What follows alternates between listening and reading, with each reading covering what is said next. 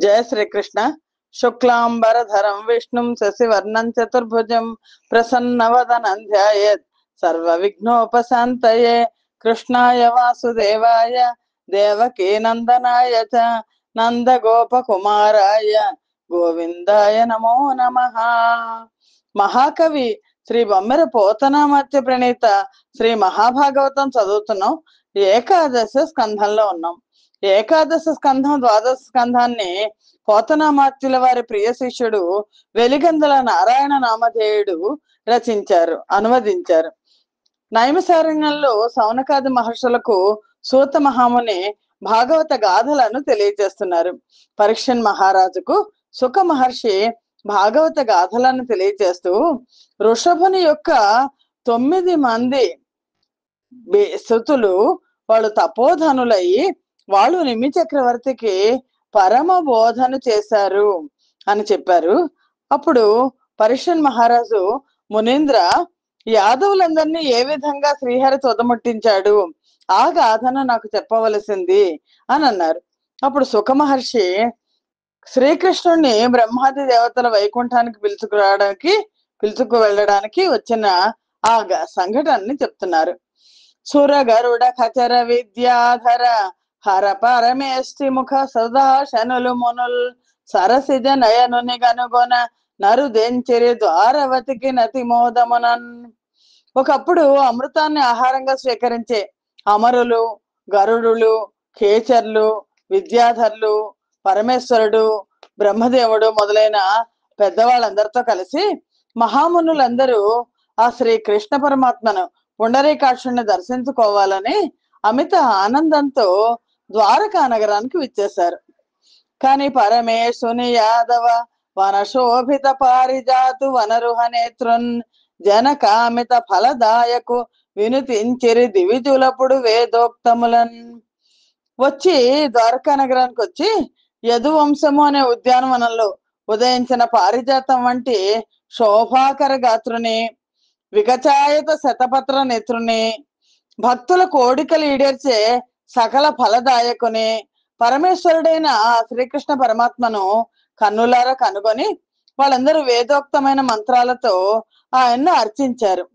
అఖిల లోకేశ సర్వేశయ భవ నీవు నుదయమందుట భూభార ముడుపు కొరకు పంచవింశోత్తర శతాబ్ద పరిమితంబు నయ్య విచ్చేయు వైకుంఠ హర్మ్యమునకు.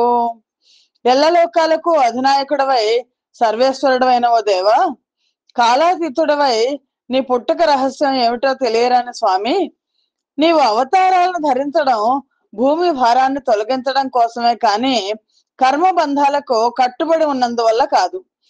నీవు నేలకు దిగి వచ్చి 125 సంవత్సరాలు కావస్తోంది ప్రభు. ఇంకా వైకుంఠ నిలయానికి తిరిగి రావలసిన తరుణం ఆసన్నమైంది అని ప్రార్థించారు. ఆ పద్మోద్భవ పరమేశ్వరాది సకల దేవతాగణాల విన్నపాన్ని మన్నించారు శ్రీకృష్ణ పరమాత్మ. యాదవులందరికీ పరస్పర వైరానుబంధాలను కల్పించి వారందరినీ అంతం చేసి భూభారాన్ని తగ్గించి ఇంతలో వస్తాను, మీరు వెళ్ళండి అని మాట ఇచ్చారు. వాళ్ళందరికీ వీడ్కోలు పలికారు. శతానందాది బృందారకులందరూ తమ తమ స్థానాలకు తరలి వెళ్ళారు. అప్పుడు శ్రీకృష్ణ పరమాత్మ దుర్నిమిత్తాలను చూసి యాదవులందరినీ ద్వారక నుండి ప్రభాస తీర్థానికి పంపించారు. కాకఘో కంబులు కనక సౌధములలో బగలు వాపోయడి బహువిధముల నస్వవాలములందు ననల ముద్భవమయ్యే నన్నంబు మొలిచే మహాద్భుతముగా సుఖ శారికలు రాత్రి సొగసె విశ్వరముల జంతువు వేరొక్క జంతువుగనే నొగి బౌర గృహముల నుల్కలు నుదయించే బెరసెగా విరి రవి బింబమప్పుడు గాన నుత్పాతములు సాల గానబడి నరయ నిందుండవలవదు ఎదువులార తడయకిపుడ ప్రభాస తీర్థమున కరుగుడనచు శ్రీకృష్ణుడెంతయు నానతిచ్చే. తర్వాత కృష్ణ పరమాత్మ ద్వారకా నగరంలో బంగారు మేడల్లో పట్టపగలే కాకులు గుడ్లగోపలు అరుస్తున్నాయి, అది వినిపిస్తోంది. గుర్రపు తోకల కొనల్లో అగ్ని రగులుకుంటోంది. వింతగా నేల నుంచి అన్నం మొలకెత్తడం కనిపిస్తోంది. చిలకలు గోరువంకలు పరవశించి వింత వింతగా రాత్రి వేళ గొంతెత్తి కోస్తున్నాయి. మామూలుగా పగలకొస్తాయి. ఒక జంతువుకు వేరొక జంతువు పుట్టసాగింది. పురజనుల ఇళ్లలో పుట్టగొడుగులు పుడుతున్నాయి. రవిబింబం సూర్యుడు కళ తప్పి కావి రంగులోకి మారింది అని శ్రీకృష్ణ పరమాత్మ యాదవులందరినీ పిలిచి ఏవేవో దుర్నిమిత్తాలు కనబడుతున్నాయి, ఇంకా ఇక్కడ ఉండడం మంచిది కాదు, ఆలస్యం చేయకుండా మీరందరూ ప్రభాస తీర్థానికి బయలుదేరండి అని ఆజ్ఞాపించాడు. నారాయణ వచనముల కపారంబగు సమ్మదమున బలముల తోడన్ దారసుత మిత్రయుతులై వారణహయ సమితి తోడ వడి నేగిరుగిన్. ఆ శ్రీకృష్ణ పరమాత్మ మాట అంటే ఎనలేని విశ్వాసం ఉన్న యాదవులందరూ కూడా ప్రాణాల మీద తీపి కొద్దీ ఉత్సాహం తెచ్చుకుని సర్వ సైన్యాలను భార్యా పిల్లలు బంధువులతో అందరిని వెంట పెట్టుకుని ఏనుగులు గుర్రాలెక్కి వెంటనే అక్కడి నుంచి బయలుదేరారు. ఆ సమయంలో జ్ఞానముననుద్ధవుడు తన మానసమున నెరిగి శ్రీరమాధిప హరి యో దీన జన కల్పభూజ సుధీ నాయక మాకు నీవే దిక్కని పొగడన్. ఈ జరుగుతున్న విపరీత పరిణామాలను ఉద్ధవుడు జ్ఞాన దృష్టితో గ్రహించాడు. మనసులో శ్రీకృష్ణ పరమాత్మ దగ్గరికి వచ్చాడు.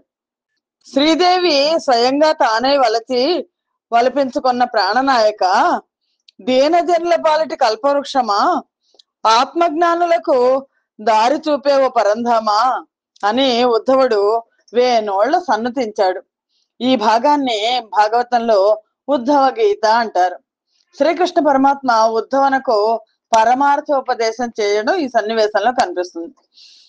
ఈ విధంగా సన్నతించి ఉద్ధవుడు, ప్రభు నీవంటేనో యదువంశాన్ని తుదముట్టించి వెళ్ళిపోతావు, ఇంకా మాకు దిక్కేంటి? నీకు సహచర్లమై నీతో కలిసి చేసిన స్నానం, పానం, భోజనం, శయనం, ఆసనాదులను మేము ఎలా మర్చిపోతాం అని కళ్ళ నీళ్లు పెట్టుకున్నాడు. కృష్ణ పరమాత్మ, నువ్వు వెళ్ళిపోవడానికి సమయం ఆసన్నమైంది నాకు తెలిసింది, మేము ఎలా బతుకుతాము అని. దానికి ఆ శ్రీకృష్ణ పరమాత్మ సమాధానంగా ఇలా అన్నారు.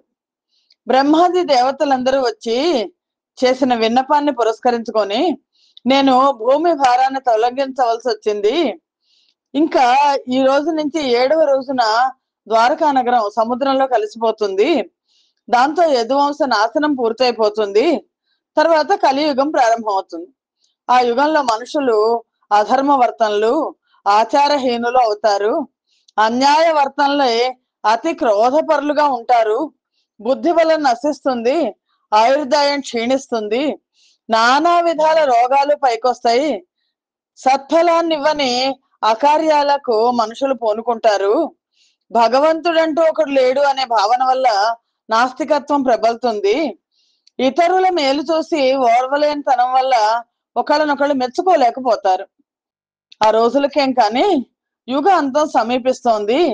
నువ్వు ఇంకా ఈ స్నేహితులు, ఉద్ధవుడితో చెప్తున్నాడు, చుట్టాలు అన్న బంధాలను తెంచుకో, ఇంద్రియ మూలాన కలిగే సుఖాలన్నీ నిరర్థకాలు అని గ్రహించు, ధాత్రిపై వెలసిన పుణ్యతీర్థాలన్నిటికీ వెళ్ళు, పాప పరిహారార్థం నదీ స్నానాలు చేసుకుంటూ మనుషుల కంటికి కనిపించేది, చెవులకు వినిపించేది, ముక్కుకు వాసన సోకేది, ఏ ఇంద్రియానికైనా సంతోషాన్ని కూర్చే ఏ పదార్థమైనా అది మరింత సుఖం కోసం తపింపచేసి దుఃఖభాజకం అవుతుంది అని తెలుసుకో. అది శాశ్వతంగా సుఖాన్ని ఇవ్వదు అని తెలుసుకో. దుఃఖానికి కారణం అర్ధ కామాల వల్ల కలిగే వ్యామోహమే. కృష్ణ పరమాత్మ ఉద్ధవుడికి బోధ చేస్తున్నారు. ఏది గుణం అనుకుని మోసపోతామో ఆ మోహ వస్తువే దోషంగా పరిణమిస్తుంది, జీవిని సర్వనాశనం చేస్తుంది. మావటివాడు మదించిన ఏనుగును కట్టిపడేసినట్లు ఇంద్రియాల వల్ల కలిగే మనోవికారాలన్నింటినీ అదుపులోకి తెచ్చుకోవాలి. నా భార్య, నా కొడుకు, నా సొమ్ములు అనే ఈషణ త్రయాన్ని విడిచేస్తే సుఖ దుఃఖాలు రెండింట సమభావం మిగులుతుంది. సర్వ సమత్వాన్ని సాధించాలంటే అదొక్కటే మార్గం. ఈ జగత్తు నా అధీనంలో ఉంది అని భ్రాంతి చెందడం అవివేకం. సమస్తం ఆత్మ పదార్థం చేత అధిష్ఠింపబడి ఉంది అని గ్రహించాలి. ఏది లేదో అది ఉన్నట్లుగా వ్యామోహాన్ని కలిగించేది మాయ.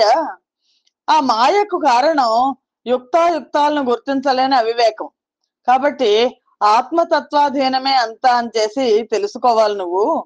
ఓ ఉద్ధవ, జీవుడు ఈశ్వరుడు జగత్తు అనే భేద వ్యవహారానికి అధిష్టానమైనది, నిత్యమైనది, స్వయం ప్రకాశకమైనది, సచ్చిదానంద స్వరూపము, అద్వితీయము, పారమార్థిక సత్యమైన బ్రహ్మ చైతన్యమే జ్ఞానం. విద్వాంసులకు శృతి ప్రమాణాల వల్ల సిద్ధించే ఆత్మ నిశ్చయం అది. ఆత్మ యొక్క శ్రవణ మననాదులచే మనస్సులో రూపుదాల్చింది, ప్రమాణాల వల్ల కలిగే బుద్ధి వృత్తిలో అభివ్యక్తమైనది అయిన చిద్రూపం. ఆ స్ఫూర్తితో అంటే పరమాత్మను నమ్ముకోమంటున్నారు. తనను బ్రహ్మముగా అనుభవంలోకి తెచ్చుకోవడమే జ్ఞానం. ఈ స్థితిలో సృష్టి స్థితి లయాలు అనేవి మూడు ఉండవు. ఇంకా ఇది ఎలా వస్తుంది అంటే ధ్యాన మార్గంలో వస్తుంది. కేవలం ఉపాసన వల్ల సిద్ధించే నిశ్చయాత్మకమైన అనుభవ జ్ఞానమే విజ్ఞానం. మోక్షేతర శాస్త్రాలలో తగులుకున్న వాళ్ళు చివరికి వాటి నిస్సారతను గుర్తిస్తారు. జీవ విచారం, ఆత్మ విచారం, బ్రహ్మ విచారం చేసి స్వానుభవంలో జ్ఞానులు తెలుసుకున్న సత్యం ఇది. ఓ ఉద్ధవ, నువ్వు జ్ఞాన విజ్ఞాన యుక్తుడు కావాలి. ఆ స్వస్థతలో ఆనందం కేవల అనుభవ ఆనంద స్వరూపమైంది. ఆ ఆత్మానుభవంతో సంతుష్టిని పొందినప్పుడు నీకు విశ్వం అంతా ఉన్నది నేనే అన్న తత్వ విజ్ఞానం కలుగుతుంది. ఈ విశ్వాన్ని నన్నుగా భావించి మెలుగు అని వాసుదేవుడు ప్రబోధించాడు. ఆ విధంగా సాక్షాత్తు భగవదుపదేశానికి నోచుకున్న భాగ్యశాలి ఉద్ధవుడు. భక్తితో, భయంతో, వినయంతో భగవంతుడికి చేతులు జోడించి, మహానుభావ, బంధాలలో చిక్కుకుని కొంతకాలం జీవయాత్ర గడిచిన పామర్లకు ఆ సంఘాన్ని, అటాచ్మెంట్ ని విడిచేసి సన్యసించాలంటే అదేమంత సుఖం కాదు కదా. నీ మాయ ఏమన్నా సామాన్యమైందా? అవిద్యా బంధనాలతో కట్టిపడేస్తుంది కదా. సద్వస్తువు పట్ల పట్టు చీక్కనీయకుండా చిత్తవృత్తులను చెదిరిపోయేట్లు చేస్తుంది. సంసారంలో పడి ఆ భ్రాంతిలో చిక్కుకున్న సామాన్యులకి ఈ సంసార సాగరం ఇది ఒడ్డుకు చేరేది ఎన్నటికీ. మోక్షం ఏ విధంగా సిద్ధిస్తుంది? ఉద్ధవుడు అడుగుతున్నాడు. నేను నీ సేవకుడిని, నాపై దయతలిచి నాకు ముక్తి మార్గాన్ని చూపించు. నీ వల్ల ప్రబోధాన్ని పొంది సృష్టి కార్యానికి ఉపక్రమించిన బ్రహ్మాది ప్రజాపతి దేవత అనేకమే ఇంద్రియ గోచరాలైన వస్తువులను చూసి భ్రాంతి చెంది వ్యామోహాన్ని పొంది కొట్టుమిట్టుకులాడుతుంటారు కదా. నీ లీలా విశేషాలను విని నీ మహిమలను మననం చేసి స్వస్వరూపానుసంధానంతో నీకు సర్వసమర్పితులైన పరమ భాగవతోత్తములైన భక్తులకు నీ మాయను నిరసింపగలగడం చెల్లింది. తప్పించుకోవడానికి వీలు లేని సంసార బంధాలలో చిక్కుకున్న గృహిణి, గృహస్థులైతేనేమి, ఏ బంధము లేకపోయినా వ్యామోహాల నుంచి బయటపడలేని యతులైతేనేమి, ఎటువంటి వారికైనా నీ నామస్మరణం మోక్ష సామ్రాజ్యదాయకం. పరమేశ్వర, నీ చరణాల చెంత శరణు వేడుకుంటున్నాను. నాపై నీ కృపామృత వర్షాన్ని ప్రసాదించు అని ఉద్ధవుడు వేడుకొన్నాడు. ఆ విధంగా ప్రియ సేవకుడైన ఉద్ధవుడు పలికేసరికి కంసాది దురంత దానవంతకుడైన భగవానుడు ఇలా అన్నారు. జీవులు ఆత్మకు ఆత్మే గురువని తెలుసుకోవాలి. కుమార్గాలలోకి ప్రవేశించకుండా సన్మార్గం అవలంబించాలి. స్వధర్మాచరణతో నా నివాసానికి వెళ్ళు. సర్వాధార శక్తి సంపన్నుడనైన నన్ను సాంఖ్యయోగ పరులు పురుషభావం ఆరోపించి ధ్యానిస్తుంటారు. అది భావ్యమే. జీవులలో ఏకపాదులు, ద్విపాదులు, త్రిపాదులు, చతుష్పాదులు అయిన వాళ్ళలో ద్విపాదులైన మనుషులు అందరికంటే శ్రేష్టమైన వాళ్ళు. ఈ మనుష్య కోటిలో నిరంతర ధ్యాన పరాయణులైన యోగీంద్రులు ఉత్తములు.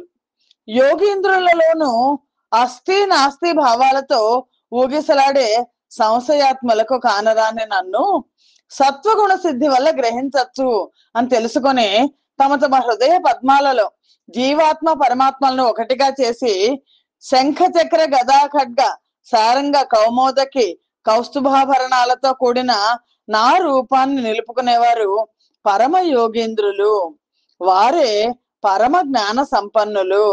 ఈ బ్రహ్మజ్ఞాన బోధకు అవధూత యదు సంవాదం అనే ఒక పురాతనమైన ఇతిహాసం ఉంది, అది చెప్తాను విను అని కృష్ణ పరమాత్మ చెప్తున్నారు. భగవద్గీతలో కృష్ణ పరమాత్మ భక్తి యోగంలో ఇదే సంగతి చెప్తారు.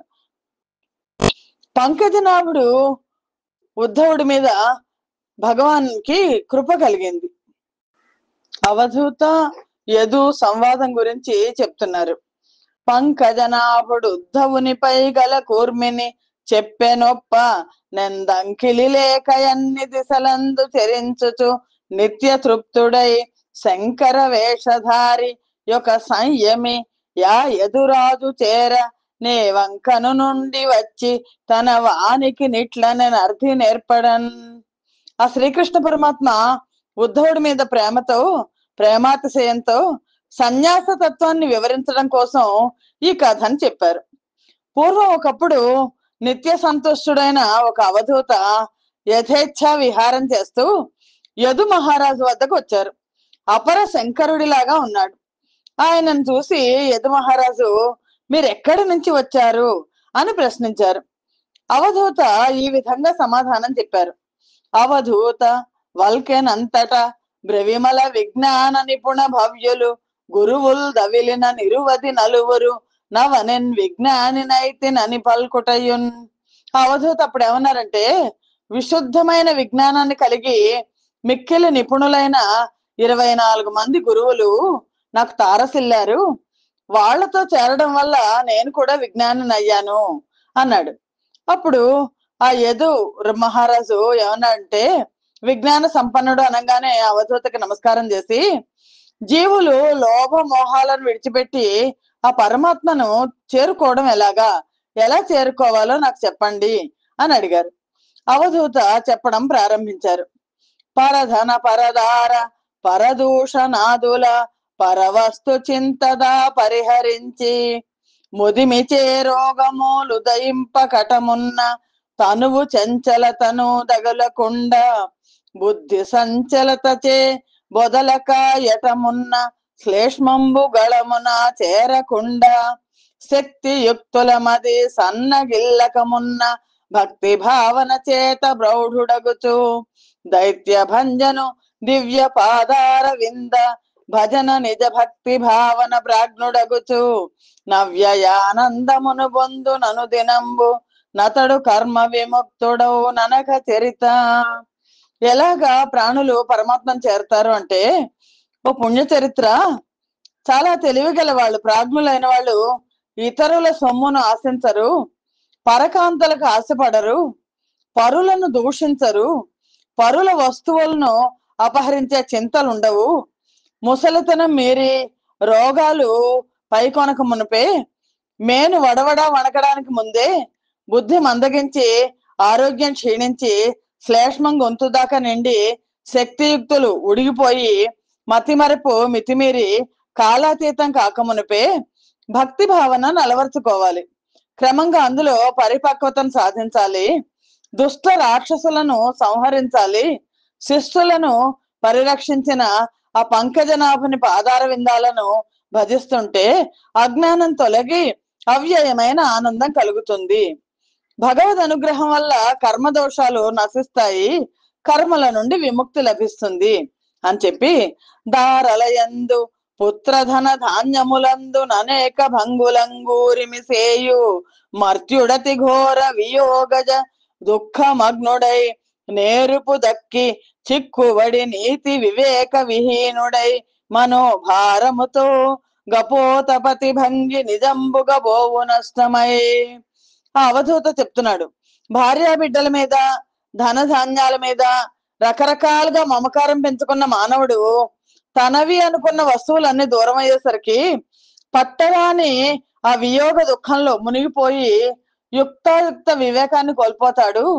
తానే కల్పించుకున్న ఆ బంధాల్లో మరింత కట్టుబడి మంచి చెడ్డలను లేకుండా పూర్వం కపోత రాజులాగా అన్ని పోగొట్టుకొని హృదయ శల్యాయమానమైన చింత అంతంతే హృదయంలో గుచ్చుకున్న బాణంలాగా చివరికి ఏమీ లేనివాడు అవుతాడు అని అవధూత యదురాజుకు ఒక కథ చెప్తున్నారు.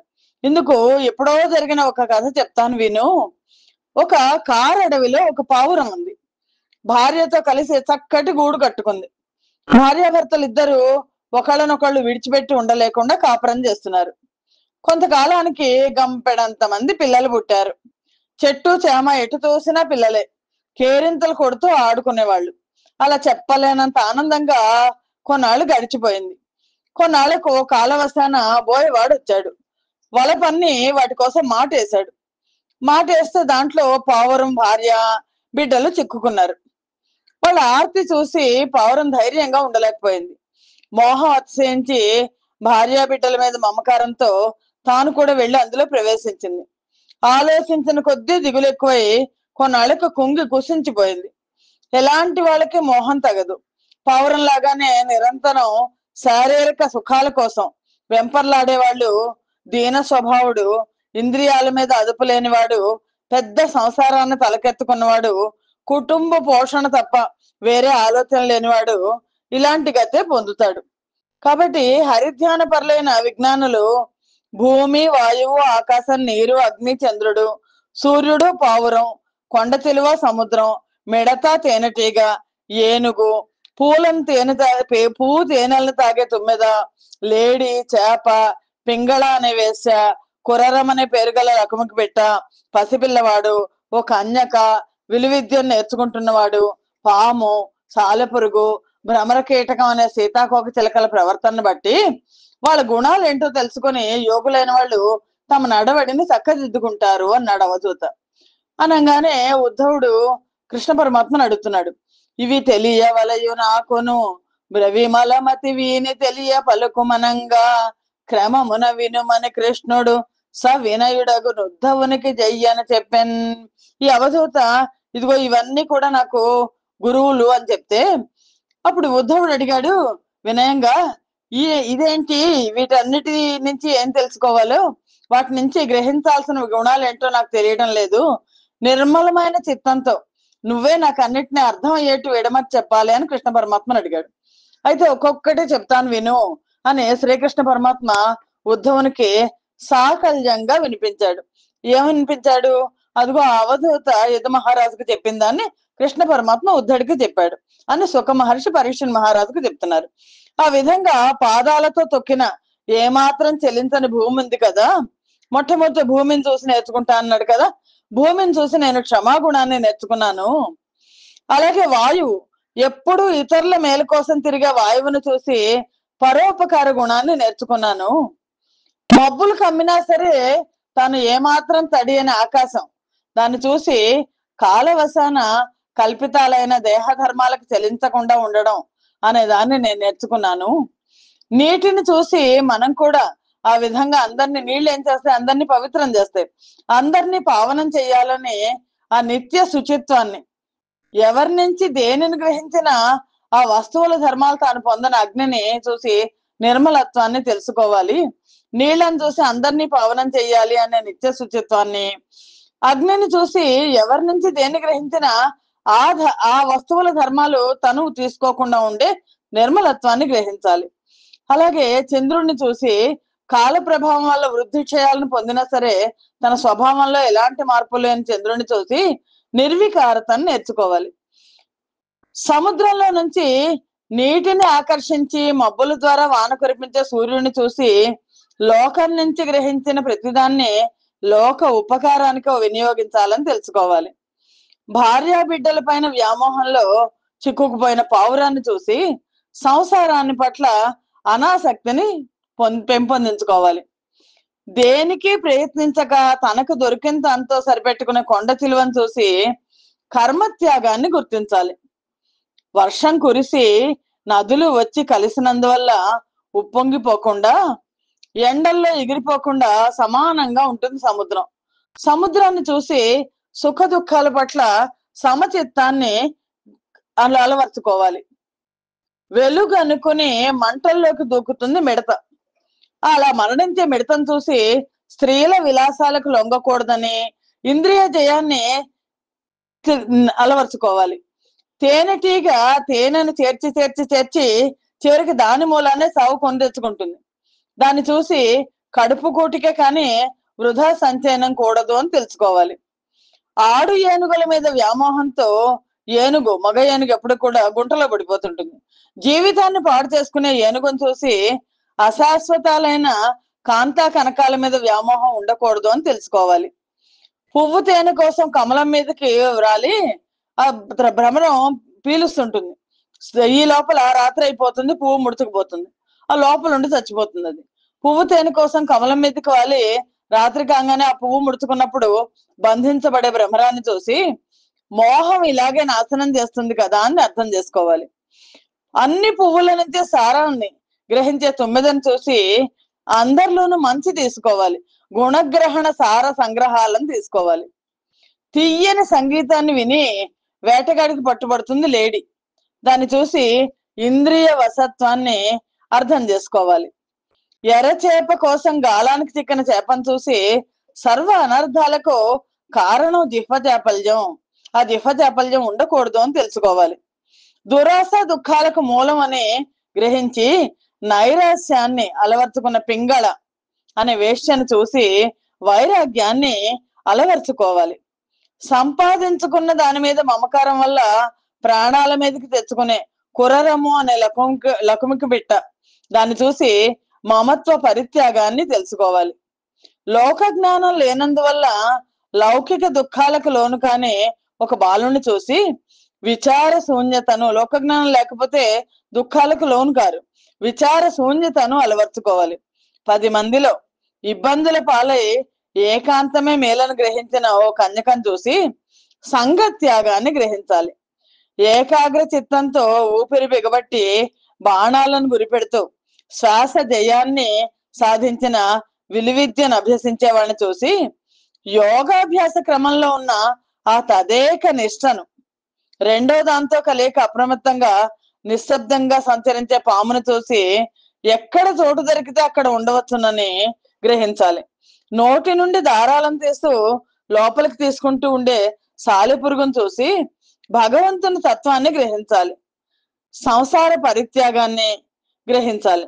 గొంగళి పురుగు తను ఏ రూపాన్ని పొందాలనుకుందో ఆ రూపాన్ని అదే పనిగా చూస్తూ చివరికి ఆ రూపాన్ని పొందినట్లు భ్రమర కీటకం సీతాకోక చిలక లాగా మారిన వాయనాన్ని చూసి తదేక నిష్టను నేర్చుకోవాలి. ఇంకా కామము, క్రోధము, మోహము, లోభము, మదము, మాత్సర్యము అనే 6 శత్రువర్గాన్ని జయించాలి. ముసలితనం, మరణాల భయాన్ని శ్వాస జయంతో సాధించాలి. శరీర శుద్ధి కోసం కామ్యకర్మలను వదిలి సంధ్యావందనం, జపం, హోమం, దేవతా పూజనం, ఆతిథ్యం, వైశ్వదేవం అనే 6 నిత్య కర్మలను మాత్రం ఆచరిస్తూ పట్టణ గ్రామాదులలో ఉండకుండా ఏ కొండల్లోనో అడవుల్లోనో ఉంటూ శరీర ధారణకు అవసరమైనంత అది వీలైనంత తక్కువ తింటూ సంతోషమైన దుఃఖమైన సమానంగా అనుభవిస్తూ ఇంద్రియాలను జయించాలి. నన్ను గురించి కృష్ణ పరమాత్మ చెప్తున్నారు, నన్ను గురించి తప్ప వేరొక చింతన చేయకూడదు.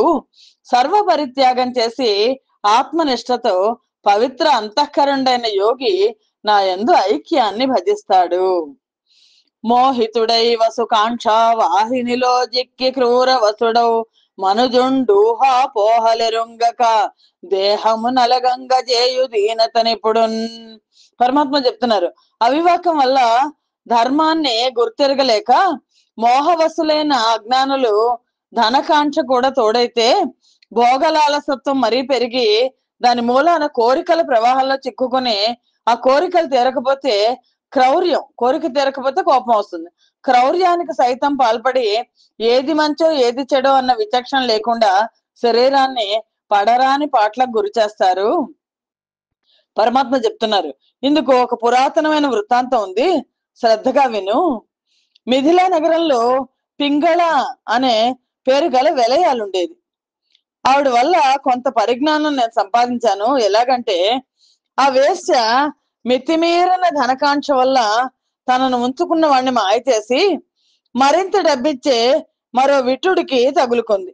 తన ఇంటికి తీసుకొచ్చి అప్పటి నుంచి అంతకంటే ఎక్కువ ఇవ్వగల వాళ్ళ కోసం ఎదురు తెన్నులు చూస్తూ ఊరి ముఖ్య వీధులన్నిటా కాపు కాస్తూ వీధుల వెంబడి తిరుగుతూ నిద్ర లేకుండా సొమ్మసిల్లి ధనకాంక్షతో మనసుకు తృప్తి లేక చివరికి విసిగి వేసారి నిర్వీణురాలై శాశ్వతమైన సుఖాన్ని ప్రసాదించే నారాయణే తనకు గమ్యమని నిశ్చయించి శ్రీమన్నారాయణ ధ్యానంతో కైవల్య పదాన్ని చూరగొనవచ్చు అని ఆలోచించి తన శయన స్థానాదులన్నింటినీ వదిలేసి తహతహపాటుతో వాసుదేవుని పాదార విందాలకు మోకరిల్లి తన జన్మ ధన్యం చేసుకోవాలని తన శరీరం మెరుపు తీగలాగున క్షణిక మాత్రమే తలపోసి పరతత్వమందు చిత్తాన్ని లగ్నం చేసి ముక్తురాలైంది అని కృష్ణ పరమాత్మ ఆ పింగళ అనే వేశ్య యొక్క కథ చెప్పారు.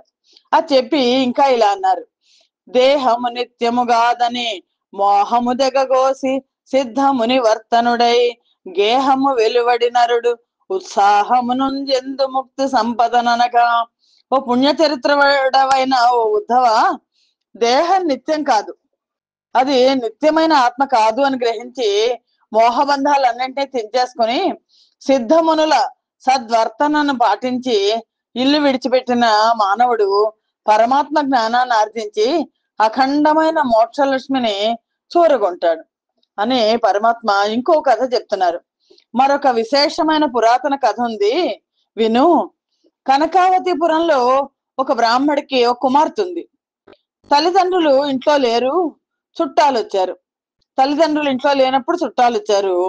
ఆ అమ్మాయి నత్తగుల్లలు పొదిగిన కంకణాలను ధరించి ఇంటికి వచ్చిన బంధుజనులకు రుచికరంగా అన్నం వండేందుకు చాలినంత బియ్యం లేనందువల్ల వడ్లు దంచుతోంది. ఆ రోకలి చేతితో పట్టుకుని దంచుతుంటే ఈ గాజులు, నత్తగుల్లలతో చేసిన గాజులు గల్ గల్లుమని మ్రోగుతున్నాయి. ఆవిడ తమ పేదరికం ఎక్కడ బయటపడుతుందో అని సిగ్గుపడి చేతికున్న గాజులను ఒక్కొక్కటి తీసేసి పారేసి ఒక్కొక్క చేతికి ఒక్కొక్కటి మాత్రం ఉంచుకొని చివరికి అది కూడా తీసేసి దంపడం మొదలెట్టింది. 10 ఉన్న చోట గాజుల గలగలల మాదిరి గొడవలు తప్పవు. ఇద్దరున్న వాదోపవాదాలు ఏదో ఒక విధంగా తప్పవు. ఏకాగ్ర భావాన్ని అభ్యసించగోరిన వాడు ఏకాకిగా ఉండాలి. మలిన భావాలు లేని సుప్రసన్నమైన చిత్తాన్ని భగవదాయత్నం చేసిన భక్తులు మోక్షాన్ని పొందుతారు అని దీన్ని బట్టి గ్రహించాలి అని ఈ ఉదాహరణలో గాజులు 10 గాజులు ఉంటే చప్పుడు అవుతుంది, ఒక్కటే ఉంటే చప్పుడు కాదు. అది అర్థం చేసుకోవాలి. ఒక్కళ్ళుగా ఉండాలి. విద్య అంటే ఆవరణలు లేని జ్ఞాన తాదాత్మ్యం కలిగిన బ్రహ్మకార వృత్తి. అవిద్య అంటే అనిత్యమైన దేహ ఇంద్రియాది విషయాలు నిత్యాలని, మలినమైన వాటిని పరిశుద్ధాలని, దుఃఖకరములైన వాటిని సుఖకరాలని, అనాత్మ వస్తువులు తానేనని అనిపింపజేసే మలిన సత్వం ప్రధానంగా గల ఒక వ్యతిరేక జ్ఞానం. విద్యలు అన్నవి రెండు నా మాయ వల్ల ఏర్పడినవే అని తెలుసుకో అని పరమాత్మ ఉద్ధవుడితో చెప్పాడు. అప్పుడు ఉద్ధవుడు అన్నాడు, దేవా, నీ రూపాన్ని నేను ఏ విధంగా చూడొచ్చు అని అడిగాడు. ఆ ప్రశ్నకు కృష్ణ పరమాత్మ భక్తిభావంతో తదేకంగా భగవంతుని కరుణారసం కోసం తహతహలాడుతూ వ్యర్థ భాషణలు మానేసి మనోవ్రతం పోని ఎట్టి పరిస్థితుల్లోనూ అసత్యం పలకకుండా సర్వ కర్మలను నాకు సమర్పించిన ఎట్లయితే కనుక అలాంటి వాళ్ళని భాగవతులు అంటారు. నా కథలను, నా అవతారాలను, నా లీలలను వింటూ నాకు సేవకులైన భాగవతులను సందర్శించినప్పుడు వాళ్ళని తన ఇంటికి తీసుకెళ్లి స్నాన, ఆసన, పూజన, భోజన, శయనాధికాలను సమర్పించి వాళ్ళని సంతోష పెట్టే వాళ్ళు కూడా భాగవతే. అలాగే జీవించినంత కాలం భాగవత సేవలో కాలం చెల్లించిన వాళ్ళు వైకుంఠ నిలయంలో నాతో సారూప్యాన్ని పొందుతారు. గంధ, పుష్ప, ధూప, దీప నైవేద్యాలతో లక్ష్మీ సమేతుడనై శంఖ చక్ర గదాయుక్తుడనైన నన్ను సనకాది యోగీంద్రులు, అంబరీష, విభీషణ, రుక్మాంగదులు మొదలుగా గల భాగవతులు శాస్త్రాచారాలను పాటించినందువల్ల కాక కేవలం భక్తి భావన విశేషంతో ఎటువంటి అమరపాటు లేక నిత్య చింతనా పరులై తెలుసుకోగలిగారు. నన్ను తెలుసుకున్న వాళ్ళు శాస్త్రజ్ఞానం వల్ల తెలుసుకోలేదు, భక్తి వల్ల మాత్రమే తెలుసుకున్నారు. మధురాపురంలో మా అన్నగారు బలరాముడితో ఉండిన రోజుల్లో గోపికలు ఎలాంటి దాపరికం లేకుండా సర్వ సమర్పణ భావంతో భక్తి యోగ తత్పరులే నన్ను ధ్యానించి ముక్తిని పొందారు. అది భక్తి యోగ విధానం అని పరమాత్మ ఉద్ధవుడికి చెప్పాడు.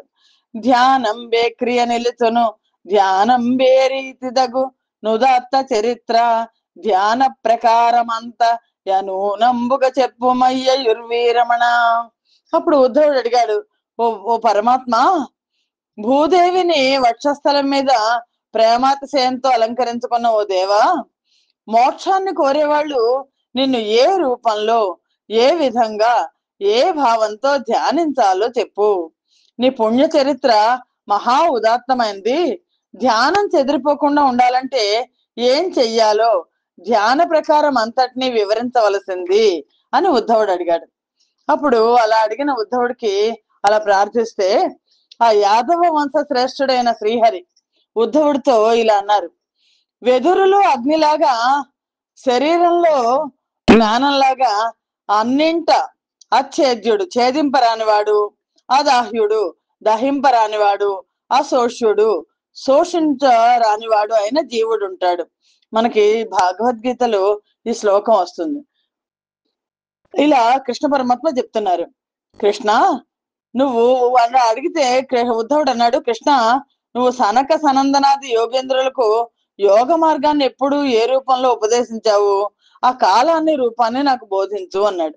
అంటే దానికి శ్రీకృష్ణ పరమాత్మ చెప్తున్నారు, ఒకప్పుడు సనకాది మహర్షులు బ్రహ్మదేవుణ్ణి సందర్శించారు. దేవ, మోక్షాన్ని కోరుకునే వాళ్ళు విషయాలకు లొంగరాదు అంటారు కదా. చిత్తం గుణాలలోకి ఆకర్షించబడ్డం, గుణాలు వాసన రూపంలో చిత్తంలోకి ప్రవేశించడం జరుగుతోంది. విషయ చిత్తాల పరస్పర సంబంధాన్ని నశింపచేస్తే కానీ ఇంద్రియ జయం సాధ్యం కాదు. దీనికి పరిష్కారం ఏంటి? బ్రహ్మదేవుడు తాను కూడా విషయ వాసనలకు లొంగి కర్తవ్య కర్మలను నెరవేర్చుండడం వల్ల ఎంత ఆలోచించినా పరిష్కారం తోచలేదు.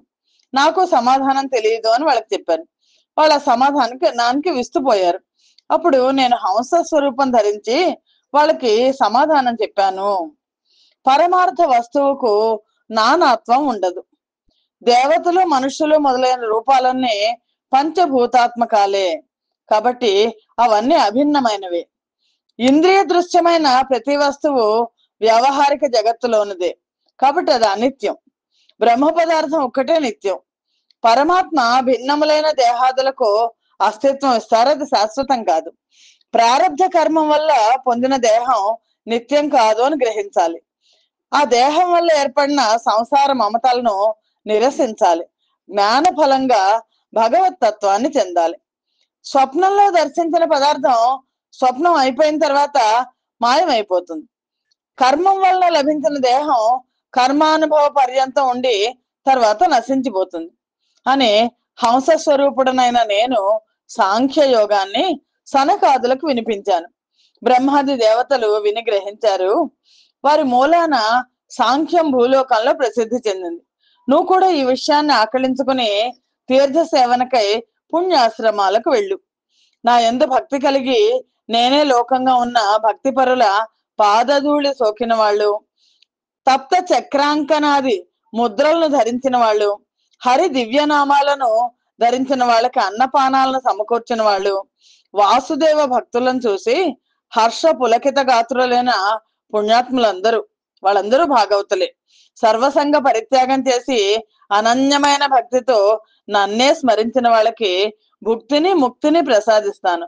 అనన్యా చింతయంతో మం ఏ జనా పర్యుపాసతే తేషాం నిత్యాభియుక్తానం యోగక్షేమం వహామ్యహం అన్నారు కదా పరమాత్మ అని. కృష్ణ పరమాత్మ అలా చెప్పేసరికి ఉద్ధవుడు, పరమాత్మ ధ్యాన యోగం గురించి చెప్పండి అని ప్రార్థించాడు.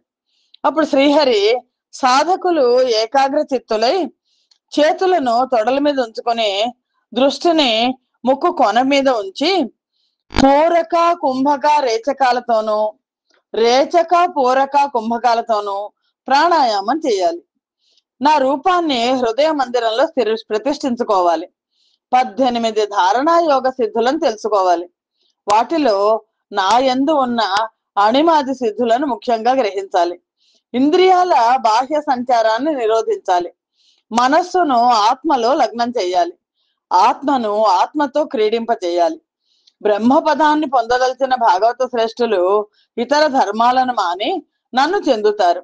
పూర్వం అర్జునుడు రణరంగంలో విషాదమగ్నుడైనప్పుడు నేను అతనికి బోధించిన తత్వాన్ని చెప్తున్నాను అని పరమాత్మ చెప్పడం మొదలెట్టారు. చర చరాచరాత్మకమైన జగత్తుకు పరమాత్మను నేను. సృష్టి స్థితి సంహారకర్తను, ఈశ్వరుణ్ణి నేనే. మహత్ పదార్థాలలో మహత్తుని నేను, సూక్ష్మ పదార్థాలలో జీవుని నేను. జయించడానికి అత్యంత దుష్కరమైన పదార్థాలలో మనస్సుని నేను.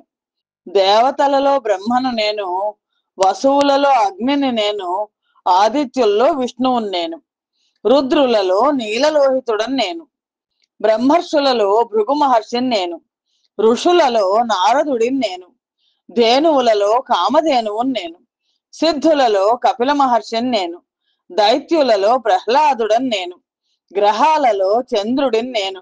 మనకి భగవద్గీత 10వ అధ్యాయంలో ఇవన్నీ వస్తాయి. గజాలలో ఐరావతాన్ని నేను, హయాలలో ఉచ్చైశ్రవాన్ని నేను, నాగములలో వాసుకిని నేను, మృగాలలో సింహాన్ని నేను, ఆశ్రమాలలో నేను గృహస్థాశ్రమాన్ని, వర్ణాలలో ఓంకారాన్ని నేను, నదులలో గంగను నేను, సాగరాలలో క్షీరసాగరాన్ని నేను, ఆయుధాలలో ధనస్సును నేను, గిరులలో మేరువుని నేను, వృక్షాలలో అశ్వత్థ వృక్షాన్ని నేను, ఓషధులలో యవలు నేను, యజ్ఞాలలో బ్రహ్మయజ్ఞాన్ని నేను, వ్రతాలలో అహింసను నేను, యోగాలలో ఆత్మయోగాన్ని నేను, స్త్రీలలో శతరూపను నేను, భాషణలలో సత్య భాషణం నేను, ఋతువులలో వసంత ఋతువును నేను, మాసాలలో మార్గశీర్షాన్ని నేను, నక్షత్రాలలో అభిజిత్ నక్షత్రాన్ని నేను, యుగాలలో కృతయుగాన్ని నేను, భగవద్ ఆకారాలలో వాసుదేవుడని నేను, యక్షులలో కుబేరుడని నేను, వానరులలో ఆంజనేయుడని నేను, రత్నాలలో పద్మరాగాన్ని నేను, దానాలలో అన్నదానం నేను, తిథులలో ఏకాదశి నేను, నరులలో వైష్ణవుడు, భాగవతుడై సన్మార్గంలో నడుచుకునేవాడు నా విభూతులు అని ఉపన్యసించాడు. ఆ శ్రీకృష్ణ పరమాత్మతో ఉద్ధవుడు ఇంకా ఇలా అన్నాడు: వర్ణాశ్రమ ధర్మంబులు నిర్ణయముగా నాన తెమ్ము నీరజనాభ, కర్ణ రసాయనముగనవి వర్ణింపుము వినదనేడు వనరుహ నేత్ర. ఓ పుండరీకాక్ష, ఉద్ధవుడు అడుగుతున్నాడు, పెద్దలు బోధించిన వర్ణ ధర్మాలను, ఆశ్రమ ధర్మాలను ఆచారపూర్వకంగా శ్రద్ధగా పాటించే వాళ్ళు, పాటించని వాళ్ళు నీ యందు భక్తి కుదురుకున్న తర్వాత ఏమేం చెయ్యాలో వివరించావు. ఎలాంటి స్వధర్మాన్ని అనుసరిస్తే నువ్వు చెప్పిన భక్తి కుదురుకుంటుందో నాకు బోధపడలేదు. నీ నిర్ణయాన్ని ఆజ్ఞాపించు. నువ్వు వర్ణిస్తుంటే చెవులకు అమృతోపమానంగా ఉంది, నేడు వినిపించు పద్మనాభ అని ఉద్ధవుడు కోరాడు.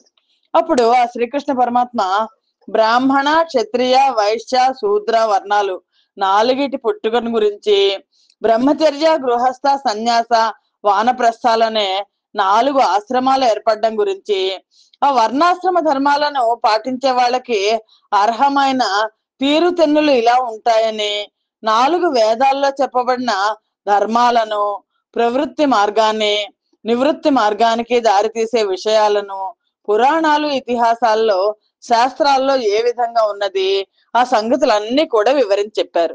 వైరాగ్యం ఎలా కలుగుతుంది, ఏది నిజమైన విజ్ఞానం, ఇలాంటి ప్రశ్నలన్నిటికీ వీడమరిచి సమాధానాలు చెప్పారు. గీతా శాస్త్రంలో సర్వధర్మాన్ పరిత్యజ్య మామేకం శరణం వ్రజ అని చెప్పినది ఉపనిషత్తులకు దీటైన మాట. ఆ ప్రకారం నా యందు సర్వ సమర్పణ బుద్ధి కలిగి నడుచుకునే వాళ్ళు నాతో సమానం. ఇంకా వాద వివాదాలు ఎందుకు? మనస్సుని అన్య విషయాల నుంచి మళ్లించి నా యందే లగ్నం చెయ్యి అన్నారు పరమాత్మ. అప్పుడు ఉద్ధవుడు ఇంకా ఇలా అన్నాడు: తెలియనివి కొన్ని చెప్పిది, తెలియంగలవెల్లనింక తెలుపుము కృష్ణ, వల నెరిగి మెలగ వలయను నలినాసన జనక భక్త నతపద యుగళ. ఓ శ్రీకృష్ణ, నేనే తెలుసుకోలేనివి కొన్ని ఇప్పుడు అడిగాను కాబట్టి చెప్పావు. ఇంకా నాకు తెలియాల్సినవన్నీ చెప్పేయి. ఆ కమలాసనుడికి తండ్రివి నువ్వు. నీ పాదయుగ్మానికి భక్తులందరూ మోకరిల్లుతారు. ఏం అడగాలో కూడా నాకు తోచకుండా ఉంది. నువ్వు కాకపోతే నాకు ఇంకెవరు చెప్తారు అని అడిగాడు ఉద్ధవుడు.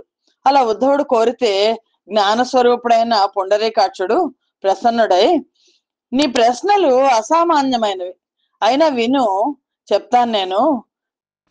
నియమము, శమము, దమము ఏ విధంగా సాధించాలి, తపస్సు అంటే ఏంటి? ఏవి సుఖ దుఃఖ ద్వంద్వాలు? స్వర్గ నరకాలేంటి? ఎటువంటి వాడు దరిద్రుడు? ఈశ్వరుడు ఎవడు? అని ఇంకా నువ్వు అడిగిన అనేక ప్రశ్నలకు వేరువేరుగా సమాధానం చెప్తాను. యమం అంటే మౌనం. మనోనిగ్రహాన్ని అలవర్చుకొని జ్ఞానాభ్యాస నిధి ధ్యానాలతో ఆత్మానుసంధానం చేసుకుంటూ మాట్లాడకుండా ఉండడం యమం. అహింస మనోవాక్కాయాలతో ఎవరిని నొప్పించకుండా విష్ణు ప్రీతికరంగా ఉండడం. సత్యం యథార్థం మాత్రమే చెప్పడం. అస్థేయం పరుల సొమ్ముని అపహరించకుండా ఉండడం. అసంగం మనస్సులో ద్వంద్వ భావాలు లేకుండా ఉండడం.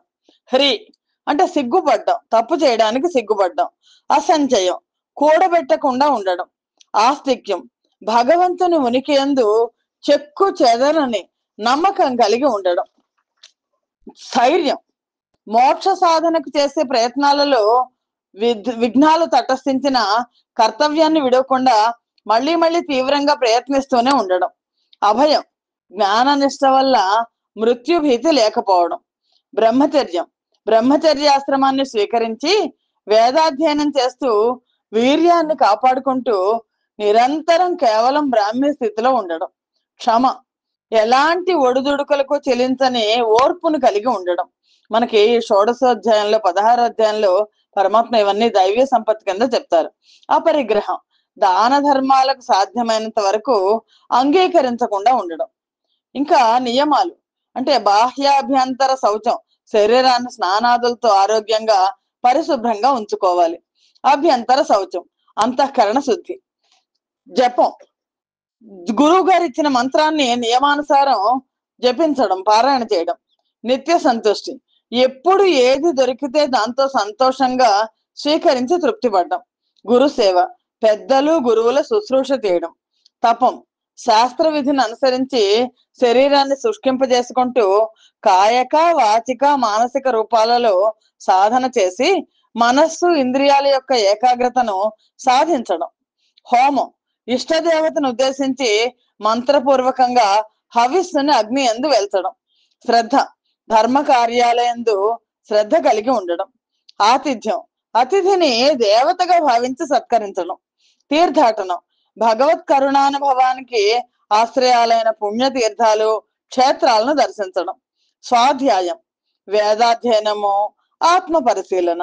పరహిత చింతనం అంటే ఇతరుల మేలు కోసం పాటుపడడం.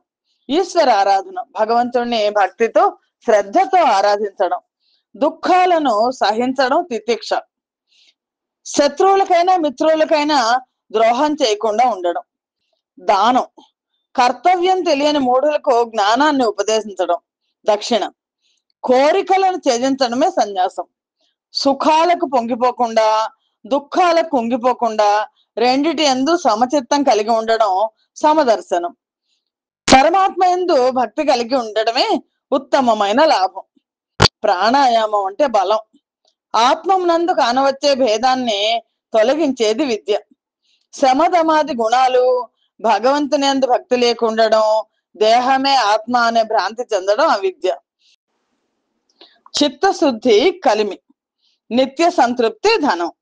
ఇలాంటి నియమాలతో నా యందు భక్తి కలిగి ఉంటూ సుఖ దుఃఖాలను దాటడమే సుఖం.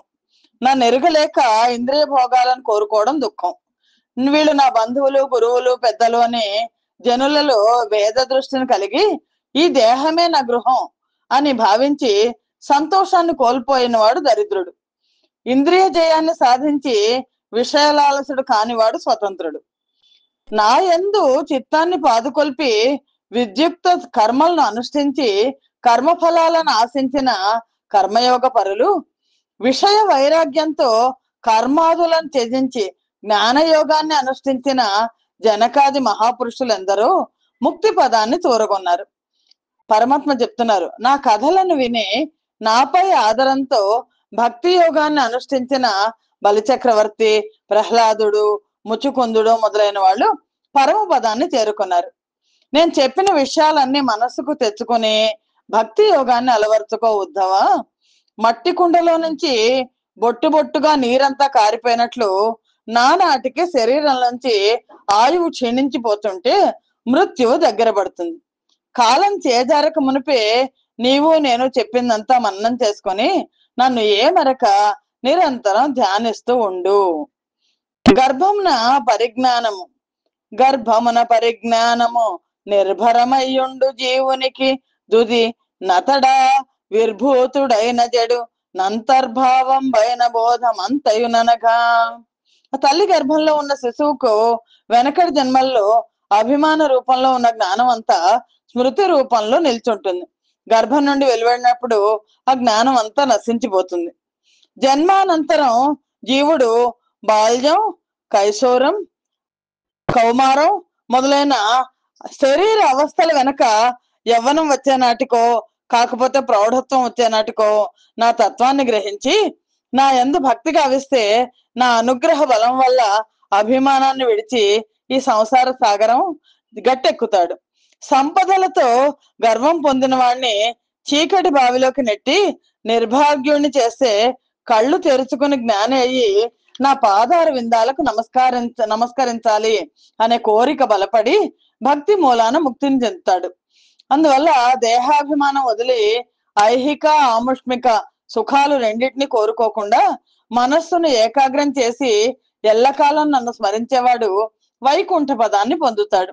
నేను అతన్ని విడవలేక అతని వెంటే ఉంటాను. నారదాది మునులు నా ఇందలి భక్తిభావం వల్లే సారూప్యానికి నోచుకొని వైష్ణవాకృతి దాల్చారు అని పరమాత్మ చెప్పారు.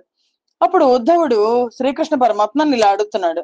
అయ్యా దేవ జనార్దన, నెయ్యంబున సృష్టికర్త నేర్పరియై తాను ఇయ్యన నడపును నెవ్వడు సయ్యన నెరిగింపవయ్య సర్వజ్ఞ నిధి. ఓ కృష్ణ పరమాత్మ, నువ్వు సర్వదేవుడు, దుష్టజనులను హింసించి శిష్టజనులను కాపాడే జనార్దండవు.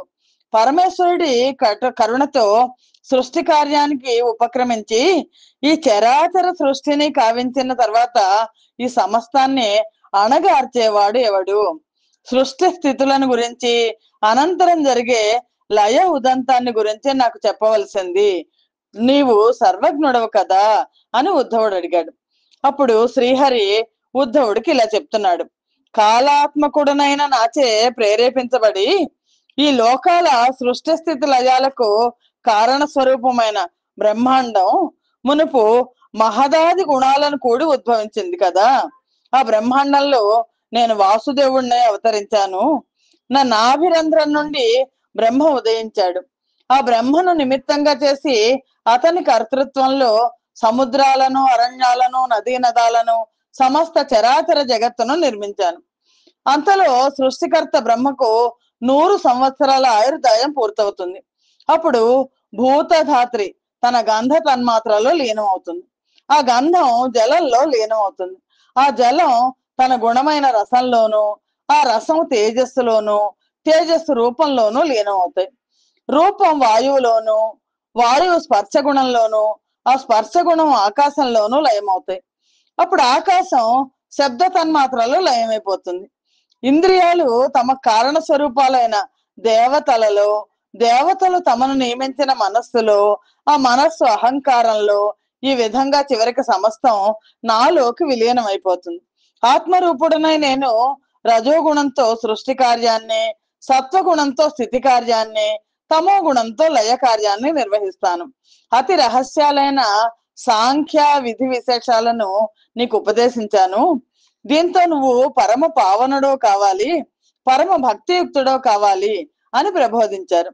రూపు లేని నీకు రూఢిగా యోగులు రూపు నిల్పి నిన్ను రుచిర భక్తి గొల్చి యొండ్రు వారి కోర్కుల నిచ్చద వేమిలాగు నాకు నెరుగబలుకు. అప్పుడు ఉద్ధవుడు ఇలా అంటున్నాడు.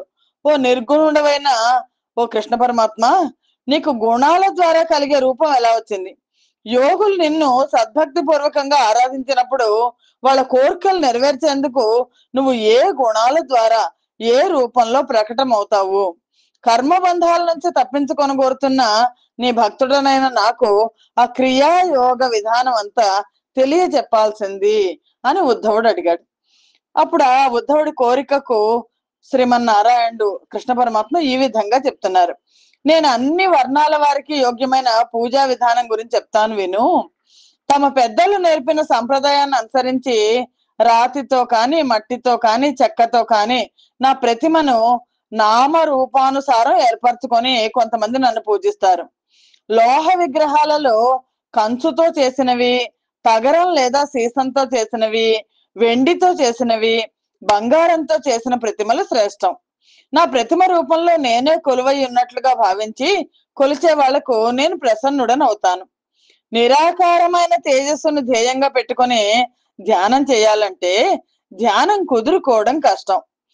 అందువల్ల సాధకులు ఎదుట నిలుచుకోదగిన ప్రతిమలు అనేకం ఉన్నాయి. వాటిలో సర్వాంగ సౌష్ఠవంతో మనోహరంగా ఉన్న ప్రతిమను ఎన్నుకుంటే అందులో నేను ప్రసన్న రూపుడనై సులభంగా కనిపిస్తాను. పాలకడలపై శయనించినప్పటి నా మూర్తి శోభను ధ్యానించి ఆ ప్రతిమకు శుభ్రమైన వస్త్రాలను కట్టి నానా విధాల ఆభరణాలను, పుష్పమాలలను, చందన లేపనాదులను అలంకరించి విద్యుక్తంగా పూజించి రుచికరమైన ప్రసాదాలను నైవేద్యంగా సమర్పించి రాజోచితంగా షోడశోపచారాలతోనూ బాహ్య పూజాది విధానాలతోనూ నన్ను అర్చించి నిండు మనస్సుతో సర్వస్వాన్ని అర్పించి మానసిక పూజా విధితో నాకు సంతుష్టిని కలిగించి నా రూప సౌందర్యాన్ని మనస్సుకు తెచ్చుకుని దివ్యాంబరాభరణ మాల్య శోభితునిగా, శంఖ చక్ర కిరీటాది అలంకార భూషితునిగా, దివ్య మంగళ విగ్రహునిగా నన్ను ధ్యానించి మైమరపు చెంది నిత్యం చరించే వాళ్ళు కర్మాంతంలో నన్ను కలుసుకుంటారు. పరమాత్మ ఎంత చక్కగా షోడశోపచార పూజ గురించి చెప్పారు.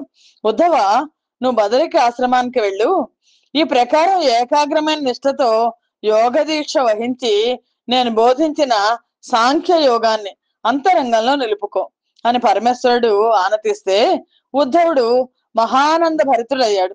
ఆయన పాదార విందాలను తన హృదయంలో చేర్చుకొని బదరికాశ్రమానికి బయలుదేరాడు అని సుఖయోగి పరీక్షణ్ మహారాజుకు చెప్పాడు. చెప్పిన విని రాజేంద్రుడు సొప్పడ శ్రీకృష్ణు కథలు చోద్యముగాగన్ చెప్పిన దనియదు చిత్తం ఒప్పగముని చంద్ర నాకు యోగులు మెచ్చన్. పరీక్షణ్ మహారాజ్ అన్నాడు. ఆ చెప్పగా విని రాజేంద్రుడు పరీక్షణ్ మహారాజ్ అన్నాడు, ఓ మునీంద్ర, శ్రీకృష్ణ పరమాత్మ కథలు విన్న కొద్దీ నాకు ఎంతో ఆశ్చర్యంగా ఉంటుంది. ఎంత చెప్పినా మనస్సుకు తనివి తీరడం లేదు. యోగులైతే ఎన్ని అంతరార్థాలు గ్రహిస్తారో కదా. ఇప్పుడు మనకు కూడా మన స్థాయిని బట్టి మనకు అర్థం అవుతుంది, అంతే కదా. అంతటను కృష్ణుడేమయ్య నరసి చూడ ఎదువులెట్టులు వర్తించి రేర్పడంగా ద్వారకా పట్టణం వివిధమున నుండే మునివర శ్రేష్ఠ యానతి ముదముతోడ. ఆ తర్వాత శ్రీకృష్ణ పరమాత్మకి ఏమైంది, యాదవులు ఏం చేశారు, ద్వారకా నగరానికి అప్పుడు ఏమైంది, సుఖయోగి వర్య సమ్మోదంతో నాకు చెప్పండి అని అడిగాడు. ఆ శ్రీకృష్ణ బలరాములు వైకుంఠాన్ని చేరే సంఘటనని సుఖ మహర్షి పరీక్షణ్ మహారాజుకు తెలియజేస్తున్నారు. అప్పుడు అలా పరీక్షణ్ మహారాజు అడిగేసరికి ఆ రాజుకు సుఖ మహర్షి ఇలా చెప్పడం ప్రారంభించారు. వాసుదేవుడు అధర్మపరులైన దుష్టులందరినీ సంహరించి ధర్మవర్తనులైన శిష్టులను పరిరక్షించి అన్నగారితో కలిసి ద్వారకా నగరం నుంచి బయలుదేరారు. యాదవులందరూ మదించి మద్యపానం వల్ల కైపెక్కి తమలో తాము కలహించుకోవడం మొదలెట్టారు. ఆ కలహం చిలికి చిలికి గాలివాన అయింది. పోరు ఘోరం అయిపోయింది. ఏనుగులను, గుర్రాలను, రథాలను, కాల్బలాన్ని ముందుకు నడిపిస్తూ కనబడ్డ వాళ్ళందరితో కయ్యాన్ని కాలు దువ్వసాగారు. తిరుగులేని మునిశాపం ఉంది కదా, ఆ మునిశాపం కారణంగా ఎత్తుగా పెరిగింది తుంగబెత్తాలతో. సముద్రంలోకి ఆ ముసలాన్ని పడేస్తే ఆ పొడంతా కూడా రెల్లుగడ్డిలాగా పెరిగింది. ఆ తుంగబెత్తాలతో అలసిపోయేలా బాదుకుంటూ దేవేంద్రుని వజ్రాయుధాల లాంటి మహా ఆయుధాలతో ఒకళ్ళనొకళ్ళు నొప్పించుకుంటూ భయంకరంగా కలహించుకున్నారు. ఆ కథనంలో ఖండఖండాలుగా తెగిపడిన ముండాలతో, వికలాంగ శ్రేణితో కుప్పకూలిన రథాలతో, ముక్కలు ముక్కలైపోయిన బళ్లతో, కూలుతున్న గుర్రాలతో, వ్రాలుతున్న గజాలతో ఆ భూమి అంతా నిండిపోయింది.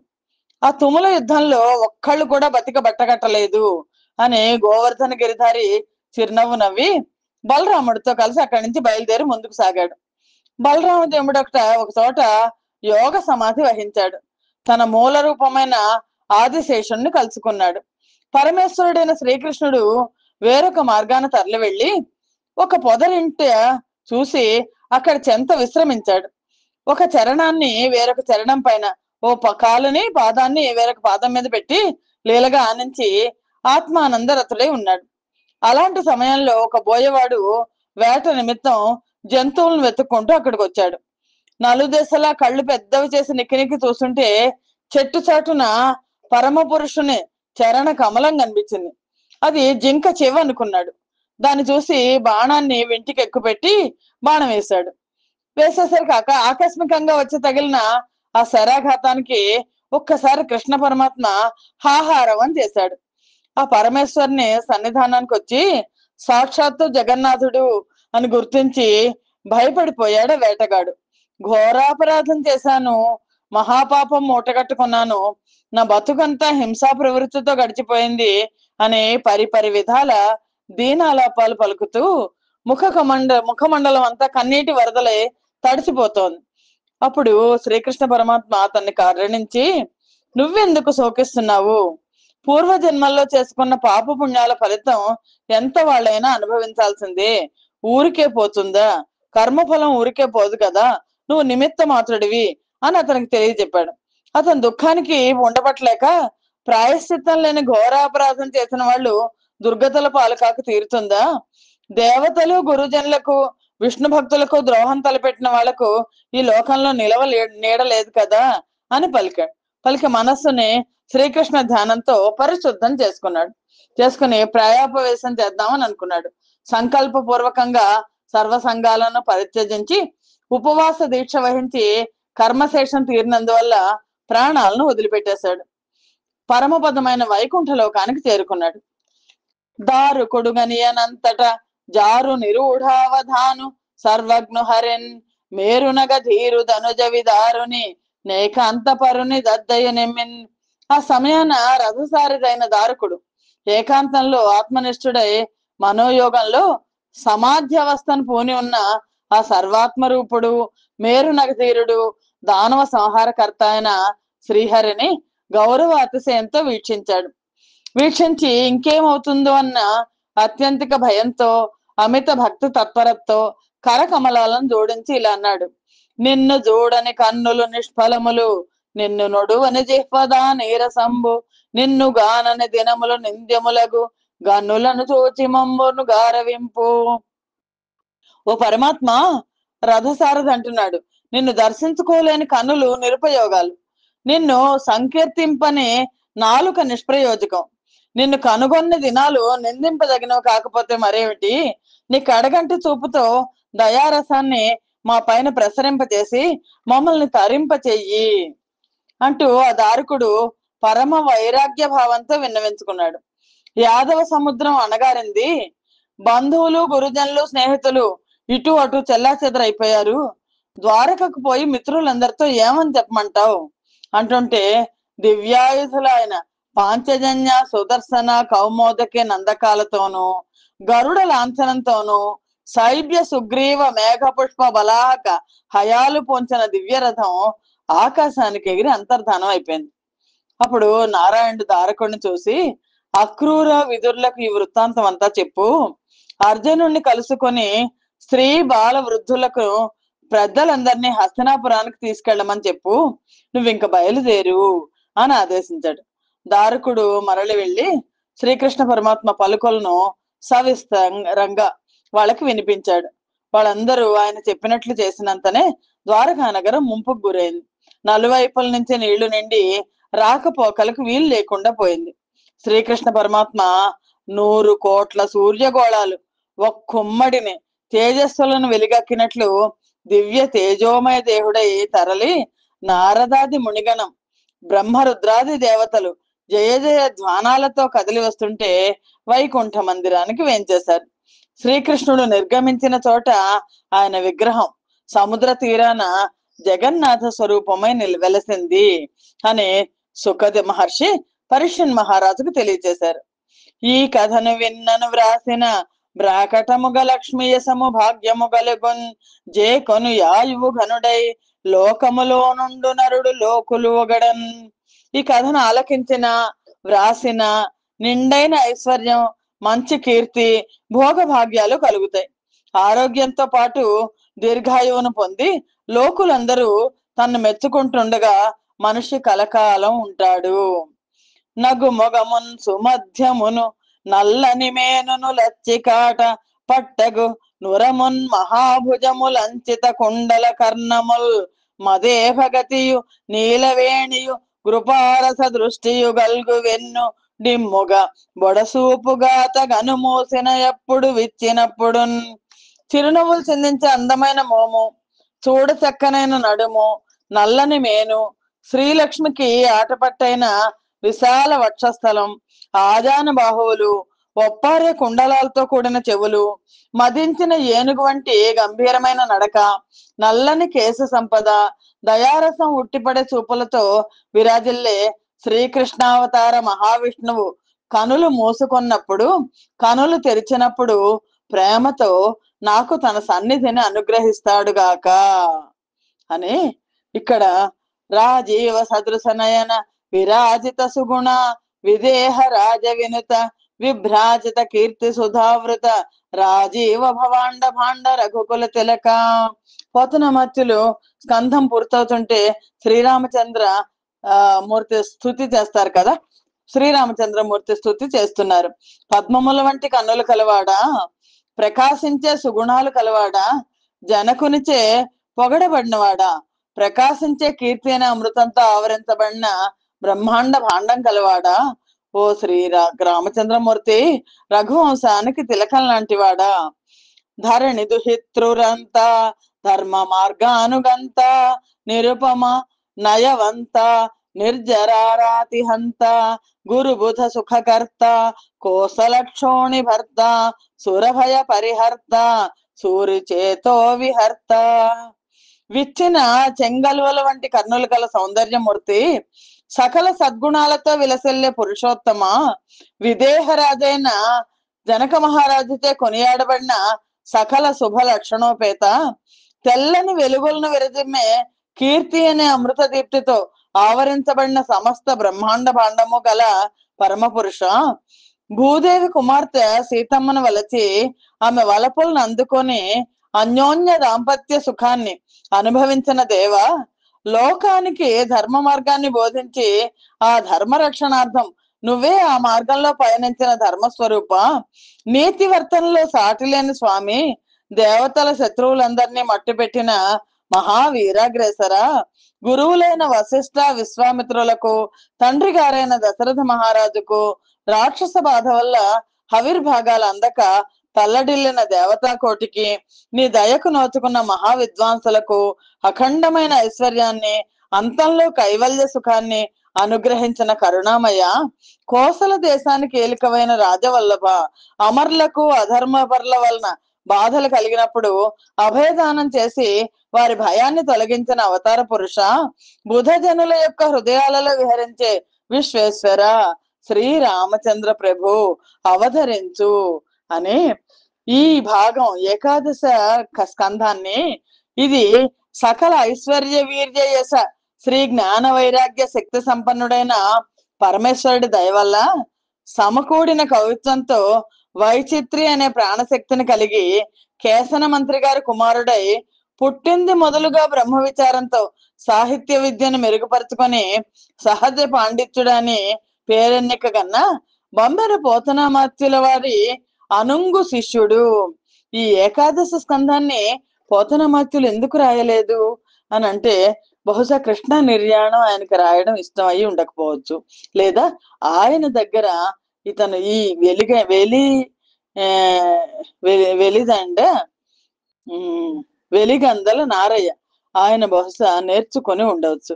అలాగా బొమ్మెర పోతనామాత్యుల వారి అనుంగు శిష్యుడు వెలిగందల నారయ్య నామధేయంచే ప్రణీతమైన శ్రీ మహాభాగవతం అనే మహాపురాణంలో శ్రీకృష్ణ పరమాత్మ భూమి బరువును తగ్గించి యాదవులకు పరస్పర వైరాన్ని కలగజేసి వాళ్ళందరినీ అంతమొందించడం, విదేహరాజుకు వృషభపుత్రులైన నవయోగులతో జరిగిన చర్చ, నారాయణముని చరిత్ర, 4 యుగాల్లో హరి 4 వర్ణాలై వర్తిల్లడం, బ్రహ్మాది దేవతలు ద్వారకా నగరానికి వెళ్ళి కృష్ణ పరమాత్మను ప్రార్థించి స్వస్థానానికి తిరిగి రమ్మండం, అవధూత యదువుల సంవాదం, ఉద్ధవునికి శ్రీకృష్ణ పరమాత్మ ధర్మ నిరూపణార్థం పెక్కు ఉపాఖ్యానాలను బోధించడం, నారాయణుని లీలా విలాసం అంతా తెలుసుకొని దారుకుడు వచ్చి ద్వారకానగర వాసులకు చెప్పడం, శ్రీకృష్ణ పరమాత్మ తన దివ్య తేజంతో పరమాత్మ యందు లీనం కావడం అనే కథలు ఉన్న 11వ స్కంధం సమాప్తము. స్వస్తి ప్రజాభ్య పరిపాలయంతాం న్యాయేన మార్గేణ మహిమహీషాః గోబ్రాహ్మణేభ్య శుభమస్తు నిత్యం లోకా సమస్తా సుఖినో భవంతు. సర్వం శ్రీకృష్ణార్పణమస్తు. యదక్షర పదభ్రష్టం మాత్రహీనం తు యద్భవేత్ తత్సర్వం క్షమ్యతాం దేవ. నారాయణ నమోస్తుతే. శ్రీమన్నారాయణ నమోస్తుతే. జయ శ్రీకృష్ణ.